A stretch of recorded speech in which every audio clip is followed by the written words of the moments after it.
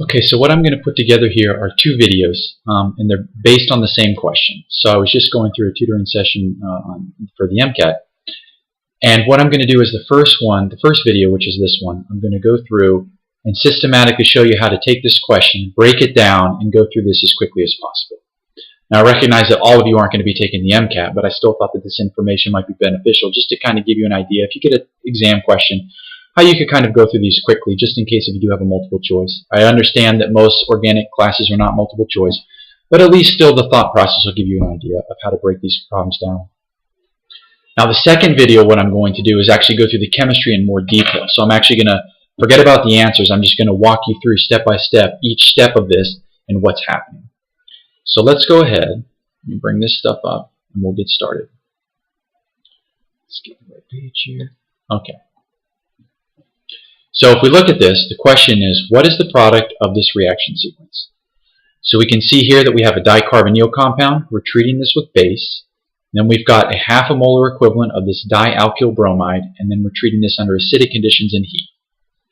So what I would look for is to say that now we've got it, since we know we have a dicarbonyl compound, these alpha decarbonyl, this protons in between the carbonyls are going to be acidic. So we've got a base, that's more than likely where that's going to go.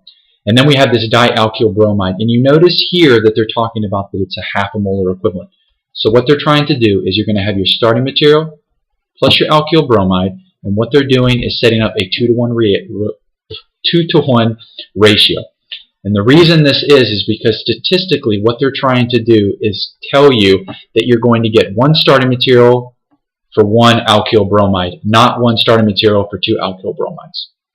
That'll also help you kind of go through here. Now the last step is hydrolysis.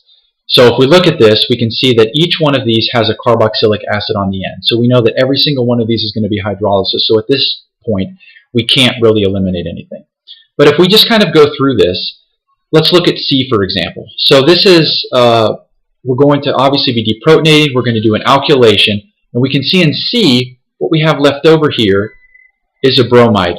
Under basic conditions, and then treating with acidic conditions and heat, this will not last. Alkyl bromides will not survive that. So we can automatically right off the bat eliminate that. Now what we want to do is we want to look and see, okay, so compound B has 2 carboxylic acids and compound D has 2 carboxylic acids, and what we're really looking at is the difference here is the length of this chain right here. Okay. Now this last one right here, you can see this is kind of a cyclic compound. So the key here to think about is, because at this point in time we really can't eliminate things, but we can see that we've got 2 carboxylic acids, so probably 2 hydrolysis or 2 hydrolysis, and we have to figure out, is that possible? So the key thing that we want to look at here now is, if we were to go ahead, and let's just draw this out. So this is a, what is it, a methyl? Is that right? Yeah, methyl. So we have a methyl, and if we're going to do one alkylation, to start out, so that's going to give us, what do we have here? We have 2 carbons, so 1, 2, and then we're going to have a bromide. If we were just to look at this, let's say this is the only thing that happens, and if we were to hydrolyze this, we would get carboxylic acid, and then we would get this branch structure. So you can see in this point, really, this one right here has no alkylation, and this one has no alkylation. This is somehow, what they're showing you is that it seems as though somehow these alkylations have gotten inserted between these 2 carbonyls, which is obviously not possible. So if we look at that, then we've eliminated D and B, and then you can see obviously the only thing left is A. So if we just kind of finish this question up, just to kind of prove to ourselves, we have basic conditions, we have this dicarbonyl. More than likely what's going to happen is the next step is we're just going to get another deprotonation here. We're going to get a cyclization. And we can see at this stage already, we can see where this is going. So now the last thing is we get a hydrolysis.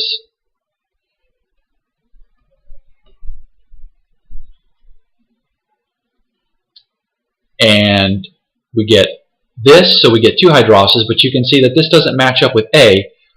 With these, as you know, these are considered, we could say, alpha carboxylic acids, and these readily undergo a decarboxylation, so we get minus CO2 to give us the final product. Alright, so that finishes this question. You can see how we systematically went through this question and figured out how to get to the answer as quickly as possible.